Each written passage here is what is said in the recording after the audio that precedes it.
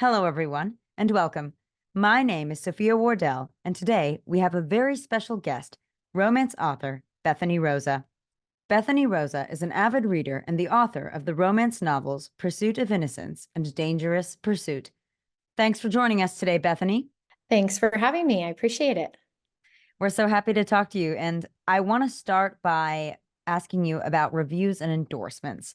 So, for ARC Reader Team, which for those of you who don't know is Advanced Reader Copy, what method do you use to allow ARC readers to sign on with you? Well, so this is a new development. So as you know, I have published one book. My second book is completely done, and we're getting ready to release that in October. So the first time I did it, the ARC was a new thing to me. I wasn't familiar with it. And so I did the basic everyday things that you can pay to do, like book sirens, and put it on NetGalley. So that's what I did the first time. So I didn't have a team other than friends. This time we went to a conference and heard from an amazing author who said, this is what you need to do. So we reached out one by one to all these Instagrammers, TikTokers, one by one, private messaged everybody and invited people to join our ARC team.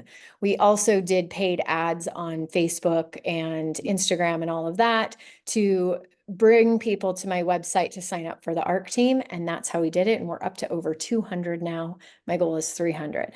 So. Oh, that's fantastic. And Yeah. what questions do you typically ask ARC applicants in your application? Well, first of all, did they read book one? And if they haven't read book one, it's a requirement to join the ARC team, which has been really beneficial because by having them read book one, first of all, we see, are you into this genre? Which very few, I think I've had 2 out of those 200 say, it's just not for me. So that's working out. But then they also have to go post a review for book one and show us that they posted it, as well as join my reader list. And so that has worked out well. And now we're up to 220 reviews on book one, which is really nice. So now that I've got this system going, I think it's going to be better and better for each book. Yeah, that's really interesting. And I also noticed on your website that you did something really neat. You invited readers to invite you to their book club. And so could you talk a little bit about that? Yeah, so that was a recommendation I had from a publishing consultant I hired. And I had my first book club just the other day, actually, or a few weeks ago.